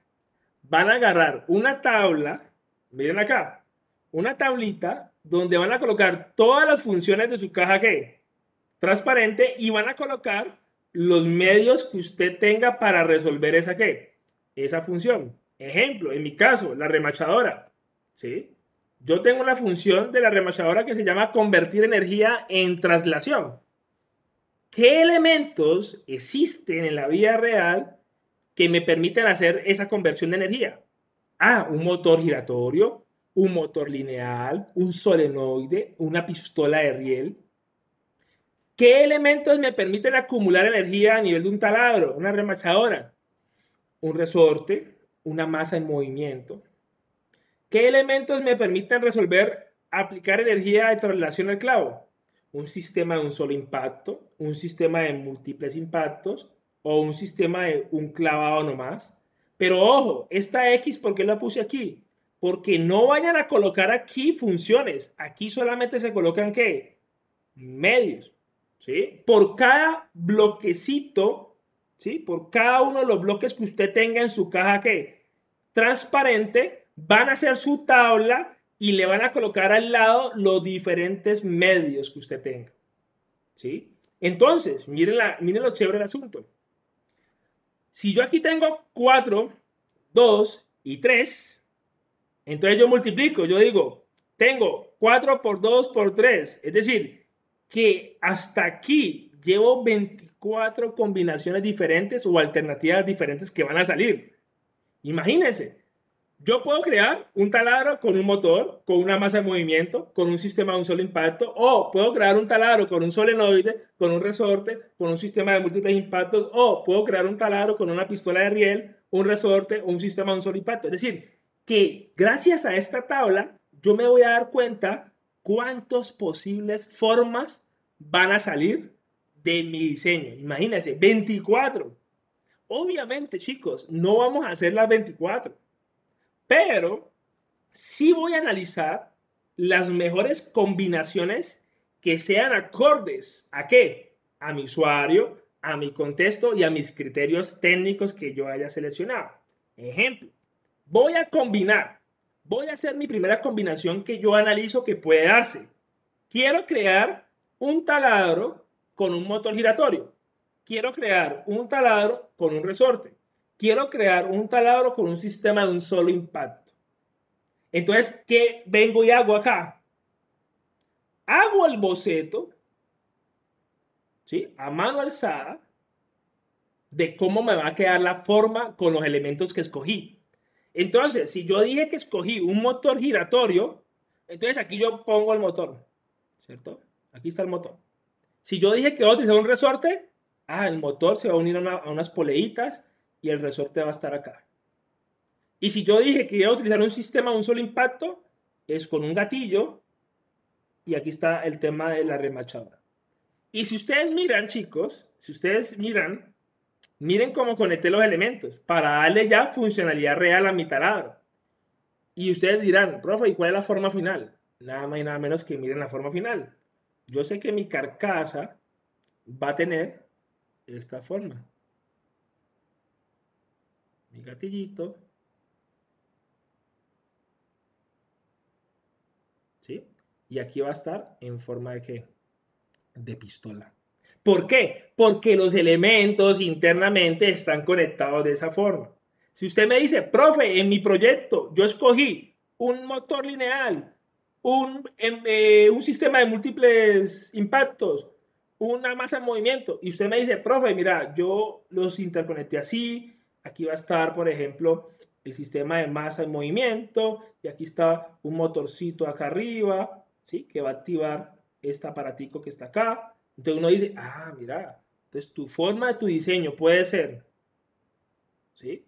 Rectangular o puede ser tipo relieve. Relieve es que, así como dice con el taladro, que siga tal cual los elementos que está acá. ¿Sí? Por ejemplo, cuando usted va a comer en un restaurante y a usted le dan una ruedita que vibra, ¿no? ¿Sí? Que alumbra y suena, ¿sí? Y te dice a ti que suena cuando ya tu pedido está listo. ¿Por qué esto tiene forma de rueda? Porque internamente tiene una pila. ¿Y de qué forma es la pila, chicos? Circular. Entonces todo el circuito maneja el mismo concepto que circular. Y por eso toda la carcasa es que circular. Primero por los elementos y segundo porque es más fácil de agarre, ¿sí? El agarre o lo que le llaman la morfología. Entonces, miren que aquí evalué una combinación, pero ¿qué tal que yo evalúe otra combinación?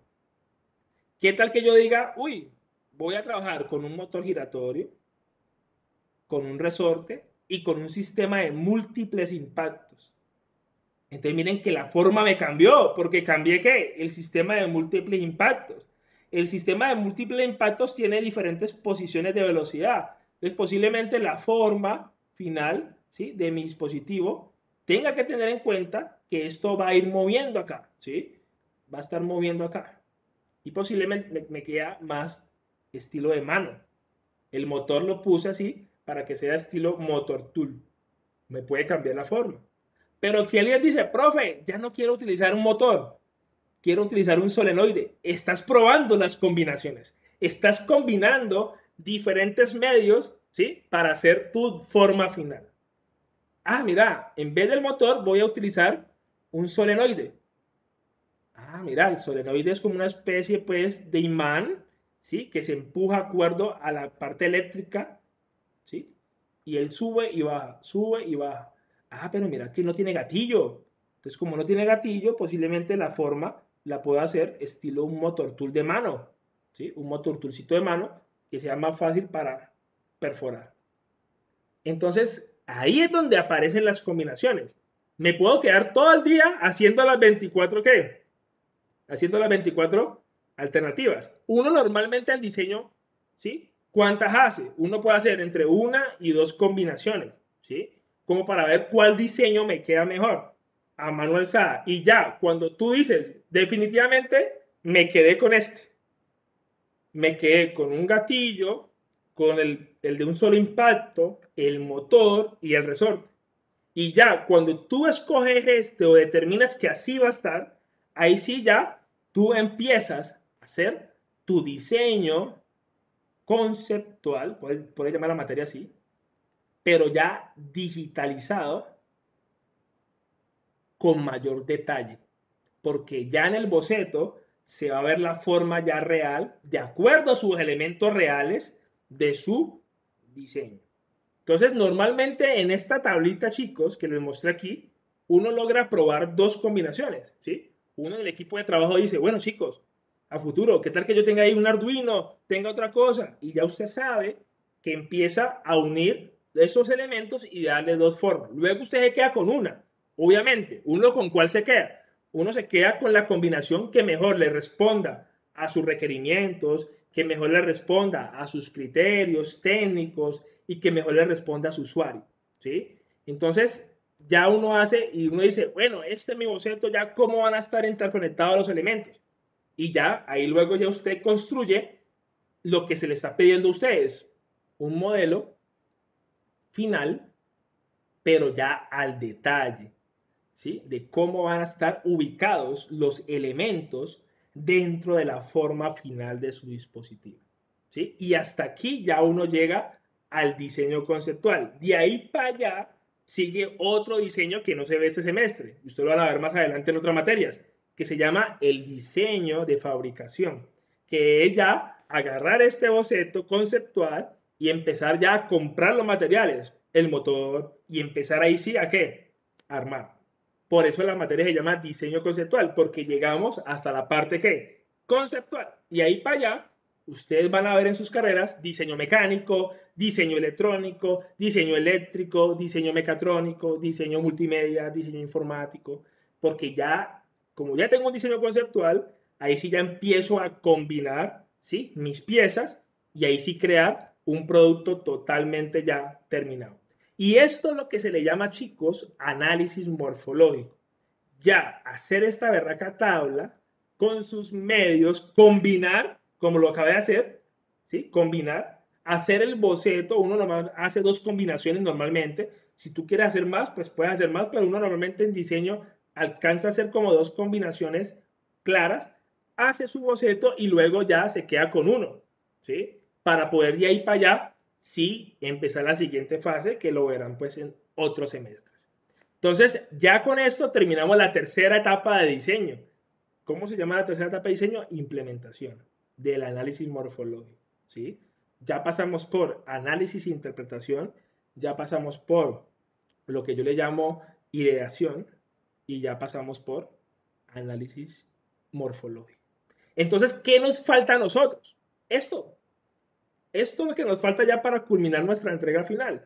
Nos hace falta que usted tenga sus especificaciones técnicas, que usted tenga su arquitectura y que usted me diga a mí, profe, mira, hicimos estas dos combinaciones, nos quedamos con esta y este es el modelo final ya simuladito de cómo va a funcionar en detalle, ya conociendo los elementos que les puede servir a ustedes. Y eso es lo que tenemos nosotros como entregable final en la exposición final. ¿Listo? ¿Cómo lo ven la técnica de análisis morfológico?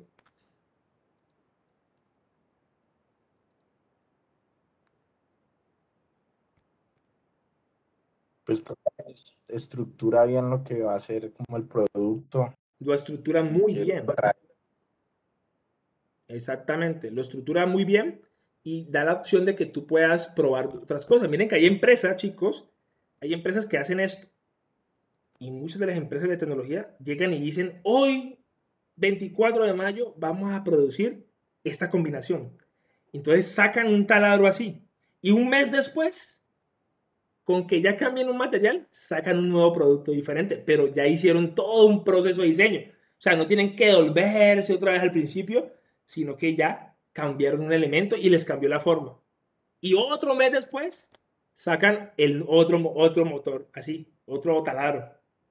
Entonces, por eso las empresas invierten mucho en diseño conceptual para que hayan opciones y ya la parte productiva agarra esos diseños y los hace ¿qué? Realidad. Pero esta fase, chicos, y ya para hacer conclusión del tema y de todo el semestre, yo espero que estas tres fases que vimos les sirvan mucho para su vida profesional. Es lo que uno verdaderamente tiene que hacer. Análisis, interpretación, ideación e implementación. Y ahí para allá llega más conocimiento a su cabecita y ya usted empieza a desarrollar cosas más tangibles, ¿no? Uy, vamos a desarrollar este que ganó. compremos el motor, compremos el gatillo, empezamos a ensamblar, a hacer otro diseño que cada uno de ustedes tiene en sus carreras, en su pensum académico en los semestres que vienen, ¿sí? Pero esto es lo que todo ingeniero debe hacer, no importa si es biomédico, informático, eléctrico, no importa. Todo ingeniero debe hacer un diseño conceptual de cualquier cosa, de un producto, de un servicio, ¿sí? Entonces, espero que de verdad les haya gustado todo este contenido que trabajamos todo este semestre arduamente, porque sabemos que hay bastantes cosas siempre por entregar. Es una materia que siempre les pido a ustedes. Y espero que no se les olvide las 3 etapas, chicos, ¿sí? Que las pongan siempre en práctica, que siempre que se vayan a enfrentar a un proyecto, primero, acuérdense del profesor Juan Manuel, diseño conceptual, requerimientos, objetivos, cajas negras, cajas transparentes, de ahí para allá, teniendo ya listico el diseño cómo va a quedar, de ahí para allá viene lo bueno, ¿sí? Compre materiales, haga, arme, y ahí ya crea el producto. Pero esto es todo lo mínimo que un ingeniero debe hacer. Y por eso hoy en día hay mucho ingeniero en la profesionalización, en el campo real, que fracasa. ¿Por qué? Porque se ponen de desbocados a prototipar de una, pero nunca, nunca se sientan de verdad a hacer un diseño ¿qué? Conceptual, ¿sí? Se saltan ese paso. Y es donde aparecen los sobrecostos, que las demandas, que el ingeniero por acá no lo cumplió, que metieron materiales malos, que metieron materiales chiviados, que metieron materiales de baja calidad, que se perdió la ética profesional, que hay corrupción. ¿Por qué? Porque nunca se hizo una planeación real del contexto como lo hicimos nosotros hasta llegar a un diseño conceptual, ¿sí? Y es por eso, chicos, que quería terminar pues esta conclusión para que vean la pertinencia de todo lo que hemos visto hasta el momento. ¿Listo? Muchas gracias de verdad. Muchas gracias por todo el semestre. ¿Cómo les pareció? Profe, está muy diferente a lo que vino siendo intro y intro 1 y intro 2. Claro, Mejor, ya la es algo verdad. más diferente, ¿no? Exactamente. Y es un complemento, porque yo recuerdo, hace muchos años yo editaba intro también. Y en intro, pues uno como que un brochazo de cositas y que el ato y que Madrid de Holmes, pero ya ustedes tienen a hoy, segundo semestre, algunos están en tercero, tienen herramientas muy importantes que les va a servir para su vida profesional. Pero recuerden, lo importante es que las pongamos en práctica, ¿sí? Porque yo les doy el conocimiento, pero la idea es que ustedes los pongan en práctica y ya culminemos este entregable que nos falta, ¿sí? Vuelvo y les comparto por acá. De pronto para los que llegaron ahorita, como 2 personas que vi que entraron, les comparto lo que les mostré en un principio, ¿sí? Hoy, la idea es que hoy aprovechemos el tiempo. Ahorita vamos a dar el descansito, pues el break para que nos paremos un ratico.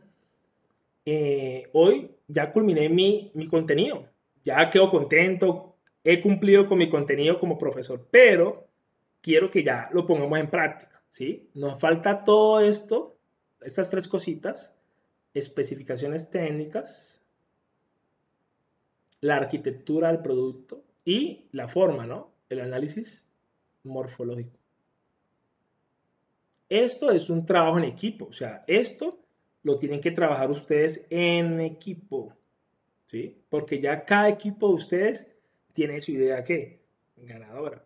Entonces, ¿qué vamos a hacer? Hoy los voy a reunir en equipo de trabajo para que empiecen a planear esta entrega, ¿sí? Recuerde que nuestra entrega va a ser en la semana 18, ¿sí? La semana 18, voy a poner el calendario por acá, está en la semana 16, 17 y la 18 es la semana del 7 de junio, ¿sí? Es la semana 18. Pero como el 7 de junio es festivo, entonces nosotros vamos a hacer la entrega durante la semana, ¿sí? Yo les voy a poner un Excel a ustedes en el Classroom donde cada uno, ¿sí? La exposición final es una exposición de 10 minutos, me va a colocar la fecha en donde le quede mejor hacer la sustentación final, ¿listo? Entonces, eso lo vamos a hacer a través de un Excel que les voy a compartir con los días disponibles de la semana 18 para que cada uno me haga la exposición a mí. Es una exposición de 10 minutos.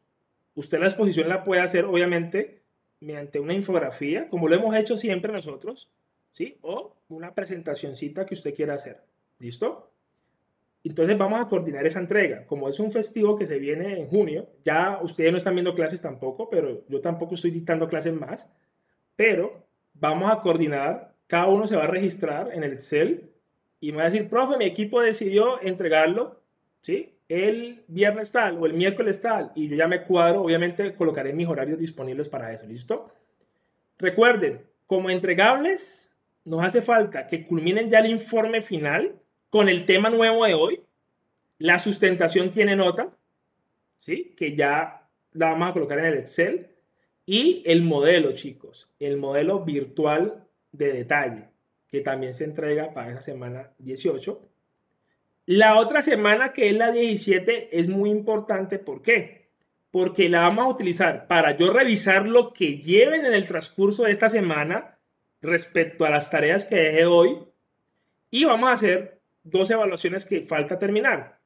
Una evaluación por pares a los compañeros a ver si están trabajando, ¿sí? Si están trabajando con este nuevo tema. Y vamos a hacer una autoevaluación, donde usted me va a decir, usted, qué tanto aportó, sinceramente, en este semestre al curso, ¿sí? Por eso se llama autoevaluación, autoevaluarse uno. Y ya, Y tú subes como la estructura del informe, ¿no? ya lo voy a subir, ya ahorita que hagamos el break, ya mismo lo voy a subir, hacemos el break, ¿sí? En este momento, a las 4 hacemos el breakcito, y yo subo el informe, la estructura. ¿Cuál es la ventaja? Es que ya ustedes han entregado el informe 1, ya han entregado el informe 2. Entonces, el informe final es, en gran parte, agarrar lo que ya tienen del informe 1, el informe 2, y agregarle esto nuevo, ¿no? ¿Sí? Que está acá. Y obviamente, pues, con el formato que yo les voy a presentar. También les voy a pasar las rúbricas, ¿sí? Porque ustedes saben que siempre me gusta con rúbrica. Me gusta que ustedes vean qué les voy a evaluar del modelo, ¿sí? El modelo ya a detalle. ¿Y qué les voy a evaluar a ustedes del informe? ¿Sí? Y la otra semana que les esté haciendo la retroalimentación a ustedes, les entregaré la rúbrica final de todo el semestre de la evaluación de la presentación, la exposición de 10 minuticos. ¿Listo? Entonces, todo eso se lo voy a subir ya mismo para que ustedes lo tengan. Ahorita que nos reunamos en equipos de trabajo, ustedes ya empiezan a planificar. Bueno, muchachos, vamos a darle duro a eso, vamos a terminar. Sean inteligentes con las tareas, ¿sí? Son 4 personas, 5 algunos grupos. Empecemos a dividirnos tareas y sacamos adelante el proceso. ¿Listo? Bueno, súper bien. Entonces, vámonos entonces para el breakcito, para que tomemos agua un poco, los reúno en equipo y empezamos pues a trabajar, a dinamizar, a mirar, analicen las rúbricas, analicen el informe, repartan tareas, ¿sí? Y ahí ya avanzamos en el proceso. Muy bien, muchachos. Excelente. ¿Alguna duda final antes del break?